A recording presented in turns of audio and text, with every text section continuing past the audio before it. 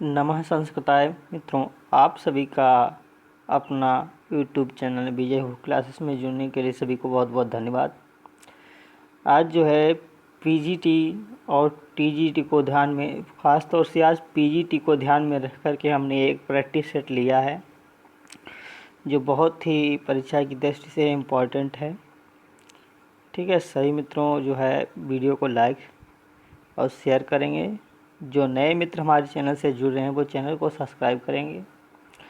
ठीक है, तो आज जो है स्वास्थ्य कुछ ठीक ना होते हुए, क्योंकि कोरोना की वैक्सीन लगने के कारण स्वास्थ्य ठीक ना होने के कारण थोड़े से प्रश्न हम लिए हैं, इससे आपको कुछ आपका जो है कुछ अच्छा हो सके। तो रेस्ट ना करते हुए चलिए स्टार्ट करते हैं। आज का पहला प्रश्न है, दासरथी में प्रत्यय है। तो दासरथी में प्रत्यय है तो इसमें अण प्रत्यय, ईय प्रत्यय या ढक प्रत्यय या ईय प्रत्यय, या प्रत्यय, ई प्रत्यय या प्रत्यय। तो ठीक है, तो दासरथी में प्रत्यय है तो क्वेश्चन नंबर 1 का बी ऑप्शन सही होगा।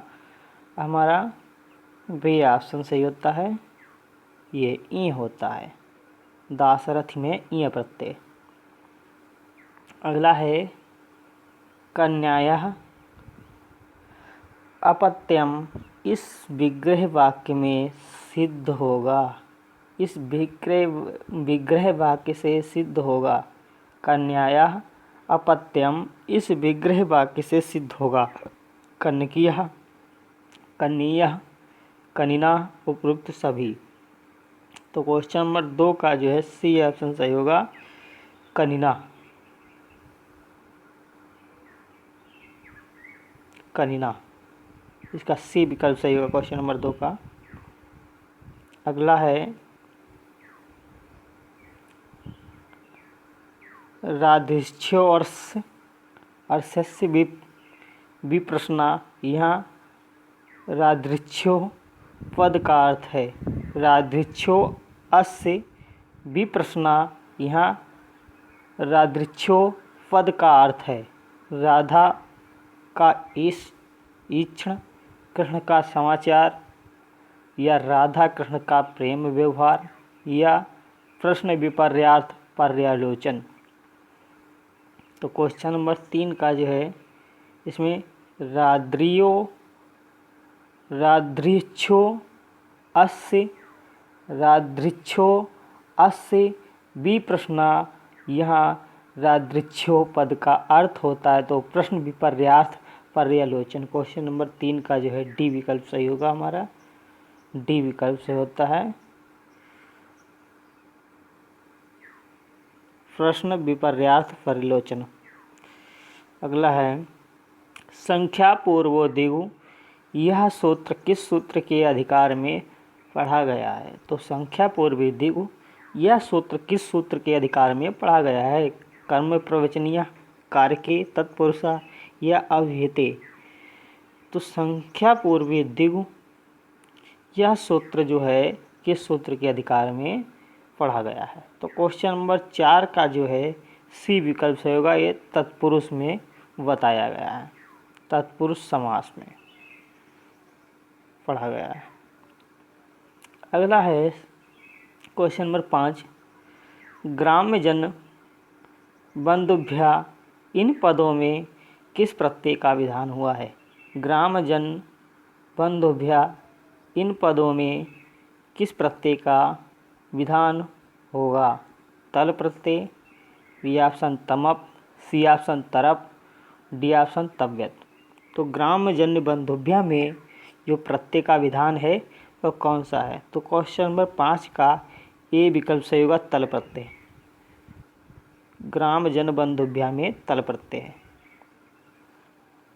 अगला है, अष्टाध्यायी के त्रिपादी का प्रथम सूत्र है। बहुत इंपॉर्टेंट प्रश्न है। अष्टाध्यायी के त्रिपादी का प्रथम सूत्र है आ वृद्धिरादैच या पूर्वार्ध सिद्धम संस्कृतम। तो क्वेश्चन नंबर 6 का जो है सी विकल्प सही होगा, जो अष्टाध्यायी के त्रिपादी का प्रथम सूत्र होता है वो पूर्वात्र सिद्धम। ठीक है, पूर्वात्र सिद्धम, इसका सी विकल्प सही होगा। अनुस्वार के बाद यह वर्णों के परे होने पर क्या आदेश होगा? अनुस्वार के बाद यह वर्णों के परे होने पर क्या आदेश होगा? परसवर्ण या पुरुषवर्ण या अनुस्वार उपरोक्त सभी। तो ए ऑप्शन में परसवर्ण, बी ऑप्शन में पुरुषवर्ण, सी ऑप्शन में अनुस्वार, डी ऑप्शन में उपरोक्त सभी। तो अनुस्वार के बाद यही सब वर्णों के परे होने पर क्या आदेश होता है? क्वेश्चन नंबर 7 का जो है ए विकल्प सही होगा, परसवर्ण। परसवर्ण। अगला है अष्टाध्यायी में अर्धधातुक संज्ञा का विधान करने वाले सूत्र होते हैं। तो अष्टाध्यायी में अर्धधातुक संज्ञा का विधान करने वाले सूत्र होते हैं। तो क्या होगा? ए ऑप्शन में 4, बी ऑप्शन में 5, सी ऑप्शन में 3, डी ऑप्शन में 9। तो अष्टाध्यायी जो है अर्धधातुक संज्ञा का विधान करने वाले सूत्र जो हैं वो हमारे कितने होते हैं? क्वेश्चन नंबर 8 का जो है ए ऑप्शन से होगा 4। अगला है सूर्यस्य मानुषी स्त्री सूरी शब्द, इससे किसका बोध होता है? सूर्यस्य मानुषी स्त्री सूरी, इससे किसका बोध होता है? उषा का, बी ऑप्शन संध्या का, सी ऑप्शन वाग्देवी का, डी ऑप्शन कुंती का। तो क्वेश्चन नंबर 9 का जो है सूर्यस्य मानुषी स्त्री सूरी, इससे किसका बोध होता है? तो क्वेश्चन नंबर 9 का डी ऑप्शन से होगा कुंती का। सूर्यस्य कुंती, सूर्यपुत्र कुंती। ठीक है, यो स्थाक्यो नदी, इस सूत्र से यू पद जो है किसका बोधक है? यू स्थाक्यो नदी, इस सूत्र में यू पद किसका बोधक है? तो ये ऑप्शन में दिया है ई उ, और बी ऑप्शन में दिया है बड़ी ई बड़ा ऊ, और सी ऑप्शन में दिया है छोटी ई बड़ा और छोटा ऊ, डी ऑप्शन में या और बड़ा ऊ। तो यू स्थाक्यो नदी, इस सूत्र में यू पद का बोधक जो है किसका बोधक है? तो क्वेश्चन नंबर 10 का बी ऑप्शन सही होगा, बड़ी ई और बड़ा ऊ इसका बोधक होता है। अगला है नटराज शिव जी ने कितनी बार डमरू बजाया? तो नव 10 बारम या पंच 10 बारम या नव पंच बारम, इनमें से कोई नहीं। तो क्वेश्चन नंबर 11 का कौन सा विकल्प सही होगा? तो सभी मित्र जो है उत्तर देते रहेंगे, जो मित्र जो जुड़े हैं वो सभी मित्र इसका उत्तर देते रहेंगे साथ में। तो नटराज जो है शिव जी को ही कहा जाता, तो शिव जी ने जो है कितनी बार डमरू बजाया था? तो क्वेश्चन नंबर 11 का सी विकल्प सही होगा, नव पंच बारम, अर्थात 14 बार, 9 और 5 बार। ठीक है, अगला है सौभविता, यहाँ कौन सा लकार है?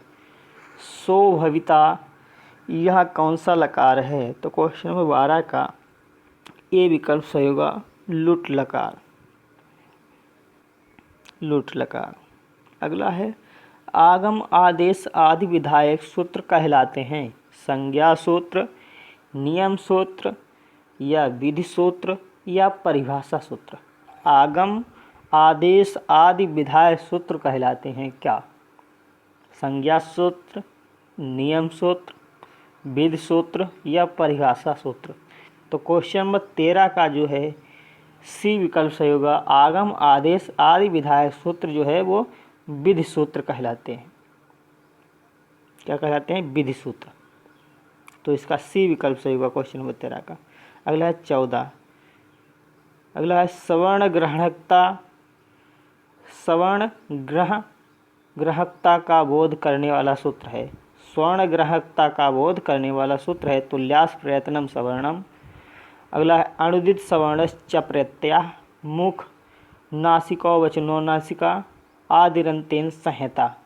तो कौन सा सूत्र है? सवर्ण ग्रहण जो है सवर्ण ग्रहकता का बोध, सवर्ण ग्रहकता का बोध करने वाला सूत्र है। तो क्वेश्चन नंबर 14 का जो है बी विकल्प सही होगा, अनुदित सवर्णश्च प्रत्यय, इसका बी विकल्प सही होगा। अणुदित सवर्णस्य चा प्रत्यय, बी विकल्प सही होगा क्वेश्चन नंबर 14। अगला क्वेश्चन नंबर 15, सांख्य के मत में निष्क्रिय, निर्गुण एवं निर्लिप्त कौन है? तो पुरुष, प्रकृति, अहंकार, इनमें से कोई नहीं। तो क्वेश्चन नंबर 15 का ए विकल्प सही होगा पुरुष। सांख्य के मत में निष्क्रिय, निर्गुण एवं निर्लिप्त कौन है? तो पुरुष, ए विकल्प सही होगा इसका, पुरुष। अगला है महातत्व, ठीक, महतत्व बुद्धि मानी जाती है प्रकृति, विकृति या प्रकृति विकृति दोनों या इनमें से कोई नहीं। तो क्वेश्चन नंबर 16 का सी विकल्प सही होगा। महतत्व बुद्धि मानी जाती है तो प्रकृति और विकृति, इसका सी विकल्प सही होगा। अगला कर्मेंद्रिय नहीं है पाणी, बाक, त्वक, पाद, ठीक है। तो कर्मेंद्रिय नहीं है कौन सी? इसमें 5 कर्मेंद्रियाँ होती हैं, इसमें से कौन सी कर्मेंद्रिय नहीं है? ठीक है। तो क्वेश्चन नंबर 17 का सी विकल्प सही होगा। त्वक माने त्वचा, त्वचा ये हमारी कर्मेंद्रिय नहीं है।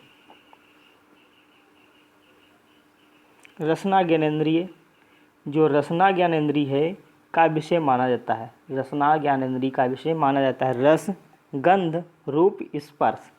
तो क्वेश्चन नंबर 18 का ए विकल्प सही होगा। रसना जो है रस का विषय माना जाता है, रस ज्ञानेंद्रिय का विषय माना जाता है।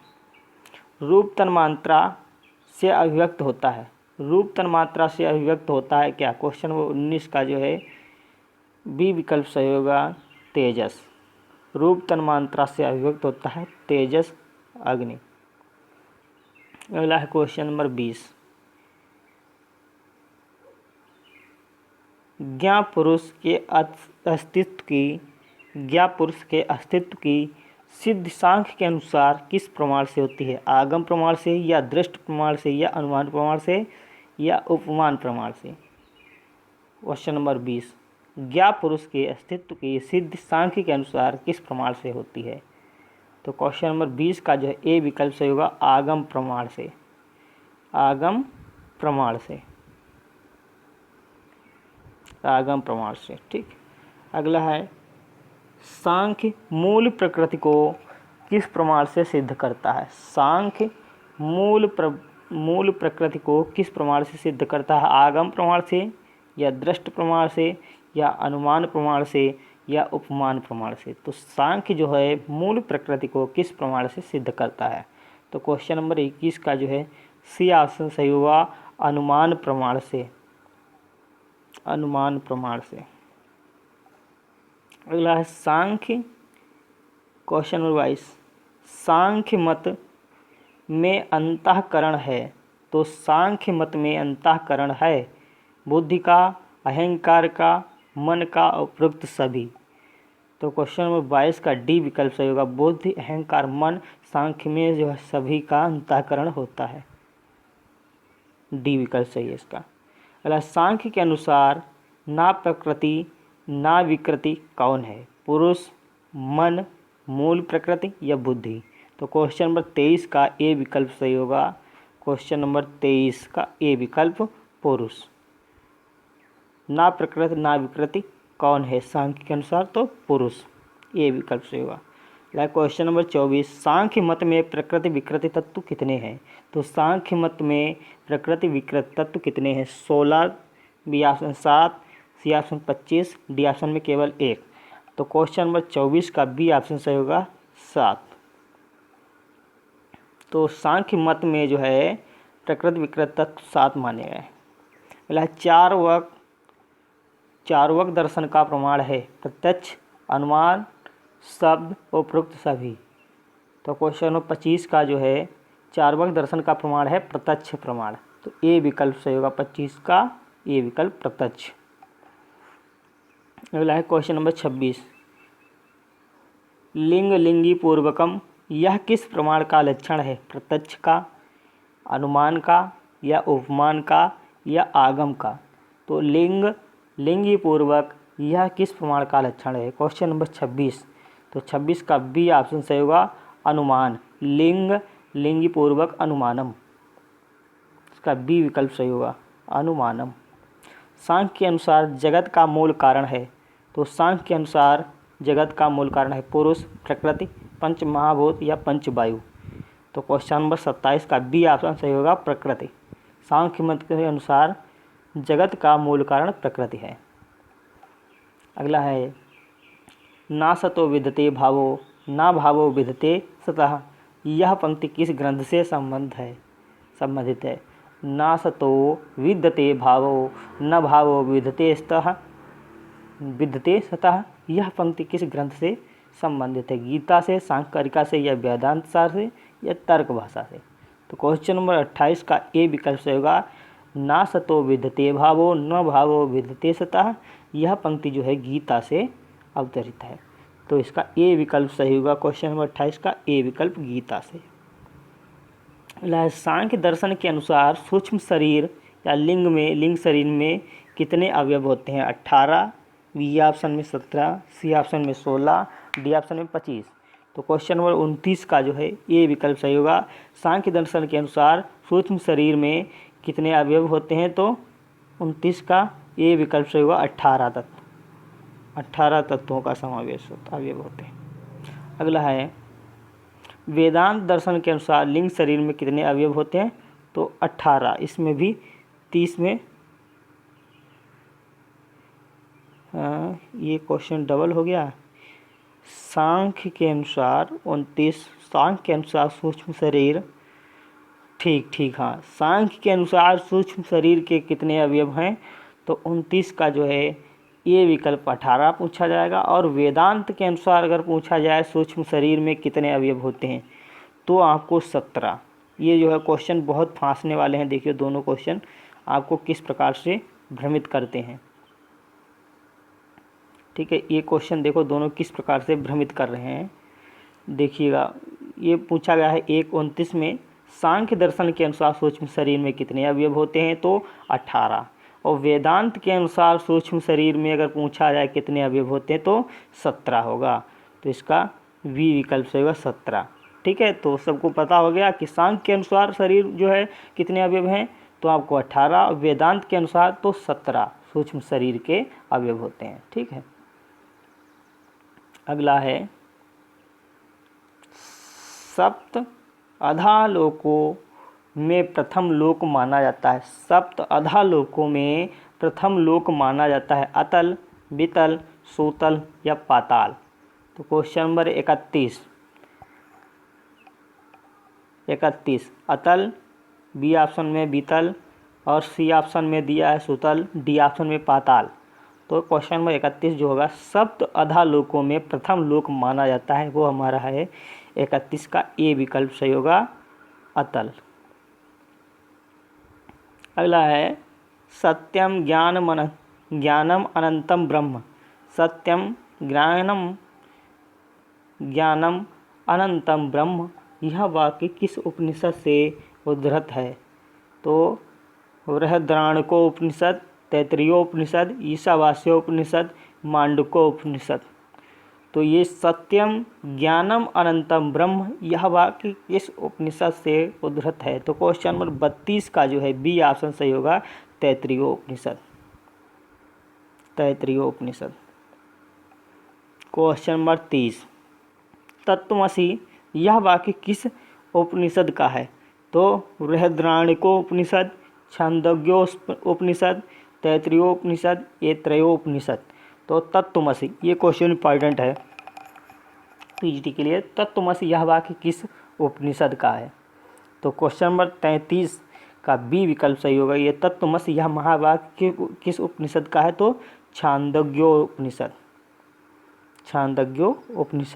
इसका बी ऑप्शन सही होगा।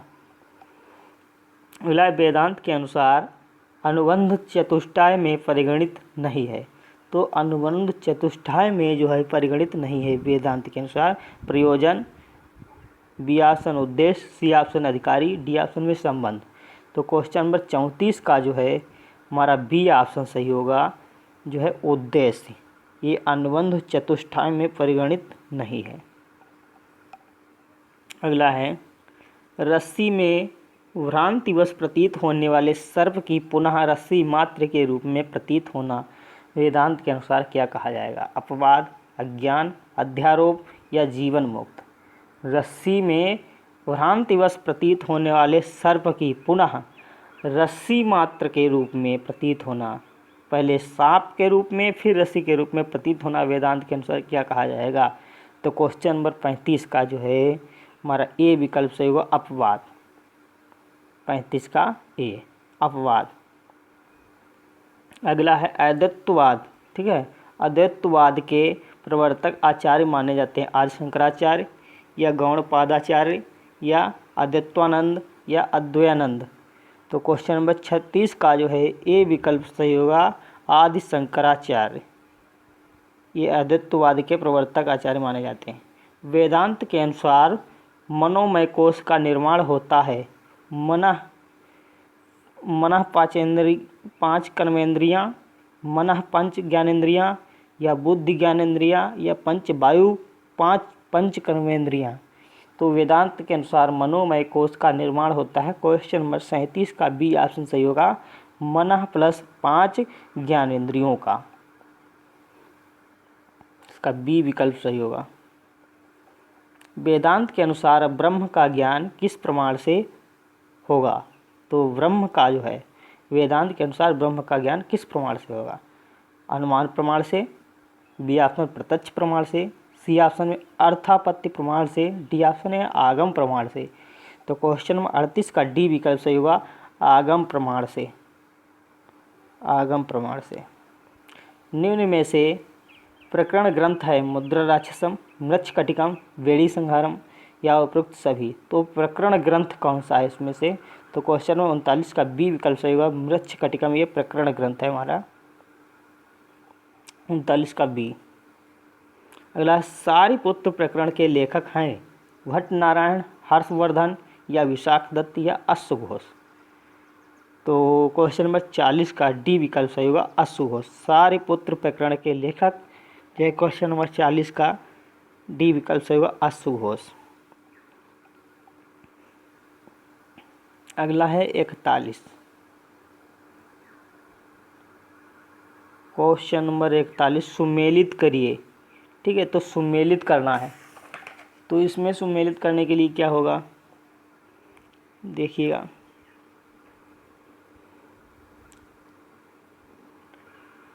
सुमेलित करने के लिए देखो सभी लोग अच्छे से देखना है कि सुमेलित करने के लिए क्या करना है इसमें। ठीक है, तो रस गंगाधर ये ग्रंथ हैं, एक तरफ आपके ग्रंथकार हैं। तो रस गंगाधर ग्रंथ जो है किसने लिखा? तो रस गंगाधर ग्रंथ को जो है जगन्नाथ ने लिखा था। किसने लिखा है? जगन्नाथ। तो का तीसरा। और काव्यादर्श, तो काव्यादर्श जो है दंडी ने लिखा है। इसका ए विकल्प सही होगा, चंद्रालोक। चंद्रालोक को जो है किसने लिखा है? कौन से ग्रंथकार हैं चंद्रालोक के? तो चंद्रालोक के जो है गा का जयदेव। अगला है धन्यालोक। तो धन्यालोक को जो है किसने लिखा है? घा। धन्यालोक को जो है आनंदवर्धन ने लिखा है। और काव्य मीमांसा राजशेखर। तो मिल गया आपका। तो रस गंगाधर जगन्नाथ, काव्यादर्श दंडी, चंद्रालोक जयदेव और धन्यालोक आनंदवर्धन, काव्य मीमांसा राजशेखर। तो इसका पहले का तीसरा देखिएगा, का तीसरा ए विकल्प में भी है और सी में भी है। ठीक है, तो अगला विकल्प और देख लेते हैं। तो काव्यादर्श काव्यादर्श का पहला, खा का पहला उसमें भी है, खा का पहला। ठीक, अभी तो नहीं काटते हैं, बाकी दो विकल्प बी और डी तो काट दे रहे हैं। ठीक है, फिर देखते हैं चंद्रालोक, गा का पाँचवा और गा का पाँचवा सी विकल्प में है। तो सी वाला ही हमारा विकल्प ये वाला सही हो जाएगा। ठीक है, ये विकल्प सही हो जाएगा, सी विकल्प। ठीक, मिल गया। अगला है, उक्त कर्म में किस विभक्ति का प्रयोग होगा? प्रथमा, द्वितीया, पंचमी और सप्तमी। तो उक्त कर्म में किस विभक्ति का प्रयोग होगा? उक्त कर्म में तो 42, क्वेश्चन नंबर 42 का जो है ए विकल्प सही होगा। उक्त कर्म में प्रथमा विभक्ति होती है और अनुक्त कर्म में तृतीया। ठीक, तो उक्त कर्म में प्रथमा विभक्ति और अनुक्त में तृतीया। तो ए विकल्प इसका सही होगा, प्रथमा। अगला है रामेण वाणेन हतो वाली में करण कारक है। तो रामेण वाणेन हतो वाली में करण कारक है राम, वण, वाली या उपरोक्त सभी। तो क्वेश्चन नंबर 43 का जो है बी ऑप्शन सही होगा, वाण। रामेण वाणेन वाली, राम ने वाण से वाली को मारा, तो जो है करण कारक वाण होगा, क्योंकि जो सबसे सहायक साधन जो है वो बाण है क्रिया का करने का, तो वाण इसका बी विकल्प से होगा। अगला है पत्ते सेते, यहाँ पत्ते में प्रयुक्त विभक्ति है सप्तमी, द्वितीया, चतुर्थी या पंचमी। तो क्वेश्चन नंबर 44 का सी विकल्प सही होगा, पत्ते सेते, यहाँ पत्ते में जो प्रयुक्त विभक्ति है वो चतुर्थी, सी विकल्प सही होगा इसका, चतुर्थी। अगला है गोस दुहिमानासु गतः, यह सप्तमी विभक्ति किस सूत्र से हुई है। ठीक है, गोस दुहिमानासु गतः, यहाँ सप्तमी विभक्ति किस सूत्र से हुई है। तो निमित्तात् कर्मयोगे, निमित्तात् कर्मयोगे।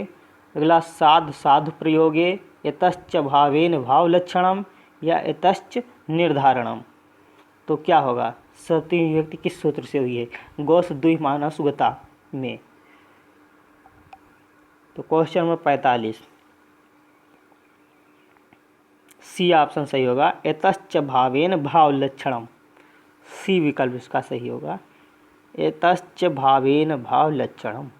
अगला है हेत, इस सूत्र से किस विभक्ति का विधान होगा, द्वितीया, तृतीया, षष्ठी या सप्तमी। तो हेतु इस सूत्र से किस विभक्ति का विधान होता है। तो क्वेश्चन नंबर 46 का बी विकल्प सही होगा, 46 का बी, तृतीया। अगला क्वेश्चन नंबर 47, क्वेश्चन नंबर 47 क्या कहता है, येभ्यो गाम वार्यति, येभ्यो गाम वार्यति, यहाँ येभ्यो पद में विभक्ति है, तो चतुर्थी, पंचमी, षष्ठी या सप्तमी। येभ्यो गाम वार्यति, यहाँ येभ्यो पद में विभक्ति है, तो क्वेश्चन नंबर 47, तो 47 का बी विकल्प सही होगा, पंचमी, पंचमी, येभ्यो में पंचमी विभक्ति है। अगला है अन्यस्य हेतुर्वसति, अन्यस्य हेतुर्वसति में षष्ठी किस सूत्र से हुई है, षष्ठी शेषो या कर्त कर्मणयोग कृति से या षष्ठी हेतु प्रयोग से या षष्ठ्यंत अर्थ प्रत्ययन से। तो अन्यस्य हेतुर्वसति में षष्ठी किस सूत्र से हुई है। तो क्वेश्चन नंबर 48 का सी विकल्प सही होगा, षष्ठी हेतु प्रयोगे, षष्ठी हेतु प्रयोगे। अगला है अतसर्थ प्रत्यय, अतसर्थ प्रत्यय के प्रयोग में किस विभक्ति का प्रयोग होगा, पंचमी, षष्ठी, सप्तमी या चतुर्थी। तो क्वेश्चन नंबर 49 का बी विकल्प सही होगा, षष्ठी। अतसर्थ प्रत्यय के प्रयोग में षष्ठी विभक्ति का प्रयोग होता है।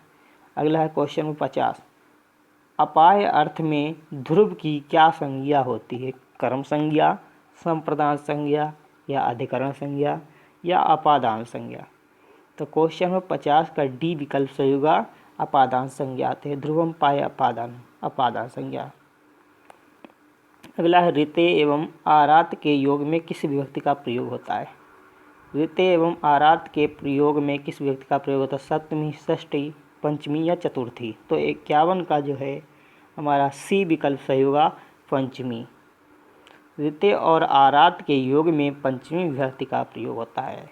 अगला है छंद शास्त्र के प्रवक्ता माने जाते हैं, ए ऑप्शन में पिंगल, बी ऑप्शन में बावन, सी ऑप्शन में कुंतक, डी ऑप्शन में भरत। तो छंद शास्त्र के प्रवक्ता माने जाते हैं।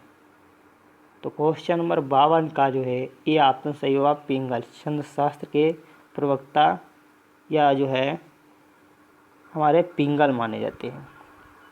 अगला उपेंद्र वज्रा तथा इंद्र वज्रा के मेल से कौन सा छंद बनेगा। तो क्वेश्चन नंबर 53, ए ऑप्शन में वंशस्थ, बी ऑप्शन में उपजाति, सी ऑप्शन में मालिनी और डी ऑप्शन में शालिनी। तो उपेंद्र तथा इंद्र वज्रा के मेल से कौन सा छंद बनेगा। क्वेश्चन नंबर 53 का बी ऑप्शन सही होगा, उपजाति, इंद्रवज्रा और उपेंद्रवज्रा छंद का जो मेल होने से उपजाति छंद का निर्माण होगा। अगला है 4 एगण वाला छंद है। तो 4 एगण वाला छंद जो होगा वो द्रुत विलंबित है या भुजंग प्रयात है या इंद्रवज्रा या उपेंद्रवज्रा। तो क्वेश्चन नंबर 54 का जो है बी ऑप्शन सही होगा, भुजंग प्रयात। इसमें 4 एगण प्रयोग होते हैं। अगला है भवंती नम्रास्तरवा फलोद्रमे में छंद है। भवंती नम्रास्तरवा फलोद्रमे में छंद है वंशस्थ छंद या इंद्रवज्रा या शालिनी या वसंत तिलका। तो क्वेश्चन नंबर 55। तो क्वेश्चन नंबर 55 में जो है आपका ए विकल्प से होगा, वंशस्थ छंद है। भवंती नम्रास्तरवा फलोद्रमे वंशस्थ छंद, ये विकल्प से होगा। अगला है अर्थे सत्यार्थ भिन्नानाम वर्णानाम सह पुनः श्रुति, यह किस अलंकार का लक्षण है। अर्थे सत्यार्थ भिन्नानाम वर्णानाम सह पुनः श्रुति, यह किस अलंकार लक्षण है। अनुप्रास का या वक्रोक्ति का या यमक का या श्लेष का। तो क्वेश्चन नंबर 56 का सी विकल्प से होगा, यमक का। 56 का सी विकल्प यमक का।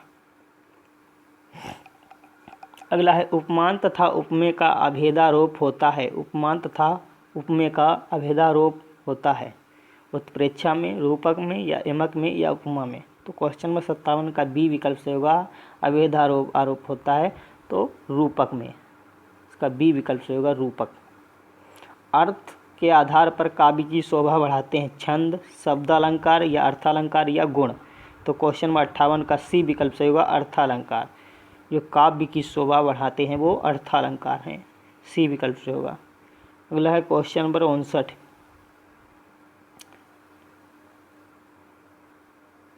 लिम्बपतिव तमो अंगानि वर्षतीतिवांजनम नवः, इनमें से कौन सा अलंकार है। लिम्बतीव तमो अंगानि वर्षतीवांजनम नवः, इनमें से कौन सा अलंकार है। इनमें जो है कौन सा अलंकार है।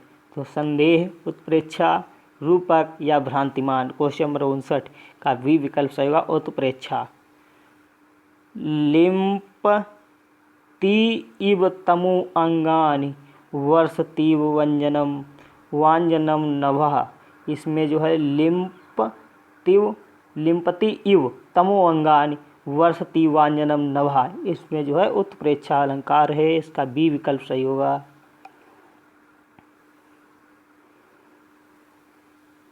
अगला है क्वेश्चन नंबर 60 देखिएगा।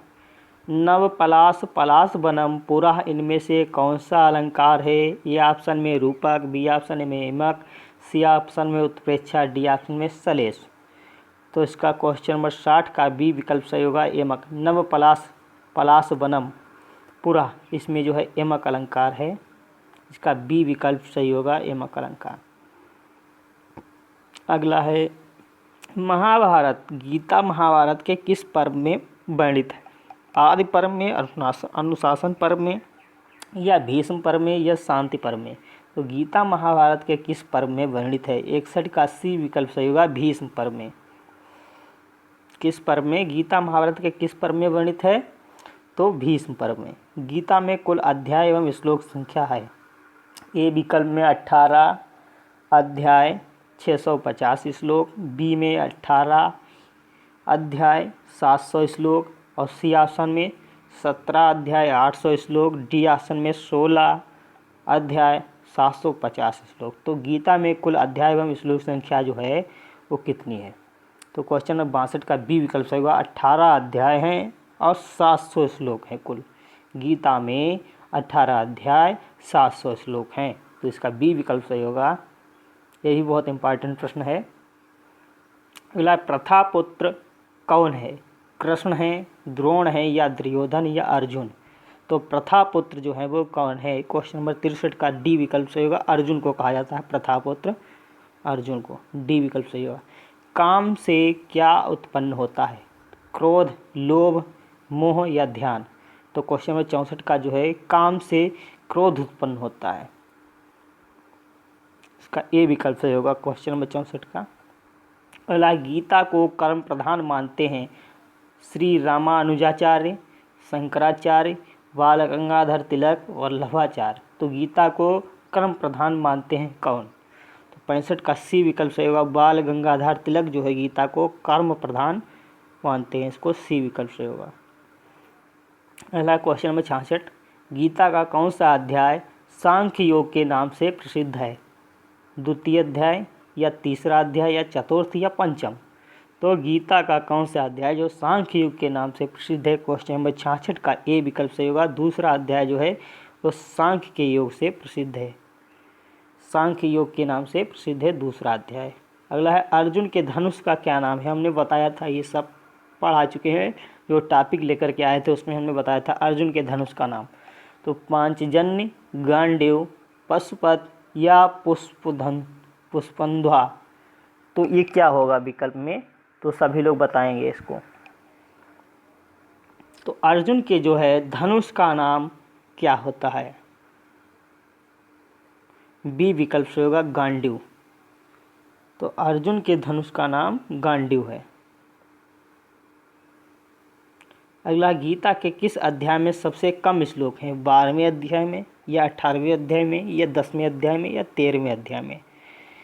तो 68 का इसका ए विकल्प सही होगा। 12वें अध्याय में सबसे कम श्लोक हैं, ये विकल्प इसका सही है, 12वें अध्याय में। अगला है 69, पांडवों का सेनापति कौन था? भीम, धृष्टद्युम्न, अभिमन्यु, युधिष्ठिर। तो पांडवों का सेनापति कौन था? तो बी विकल्प सही होगा, धृष्टद्युम्न। ठीक है, ये जो है धृष्टद्युम्न ये होता है विकल्प जो पांडवों का सेनापति था। अगला है क्वेश्चन नंबर 70, ऋते न मुक्ति रिक्त स्थान की पूर्ति करे ज्ञानात, ज्ञानम, ज्ञानेन और ज्ञानस्य।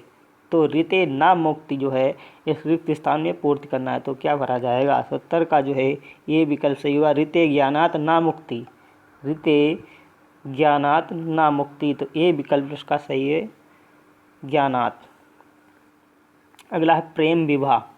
आज का जो है लास्ट प्रश्न है, प्रेम विवाह का दूसरा नाम? आर्ष, देव या ब्राह्म या गांधार्व। तो 71 का जो है कौन सा अर्थ हो इसका होगा विकल्प सही? तो 71 का डी विकल्प सही होता है। प्रेम विवाह जो है का दूसरा नाम गंधर्व विवाह है, जिसे दुष्यंत ने किया था शकुंतला के साथ, गंधर्व विवाह। तो इसका डी विकल्प सही है। तो ठीक है, आज के इतने ही प्रश्न, और इसके आगे के और प्रश्न हम फिर कल कराएंगे, क्योंकि आज जो है स्वास्थ्य में गड़बड़ी होने के कारण हम इतने ही प्रश्न ले पाए हैं। और सभी को बहुत बहुत धन्यवाद। वीडियो अच्छा लगे तो लाइक और शेयर करेंगे अपने मित्रों को, और जो नए मित्र हमारे चैनल से जुड़ रहे हैं वो चैनल को सब्सक्राइब करें और बेल आइकन को प्रेस करें, ताकि हमारे द्वारा वीडियो बनाई गई आप सभी तक पहुंच सके और अपने जो है ज्ञान को आगे बढ़ा सकें। सभी को बहुत बहुत धन्यवाद। नमः संस्कृताय।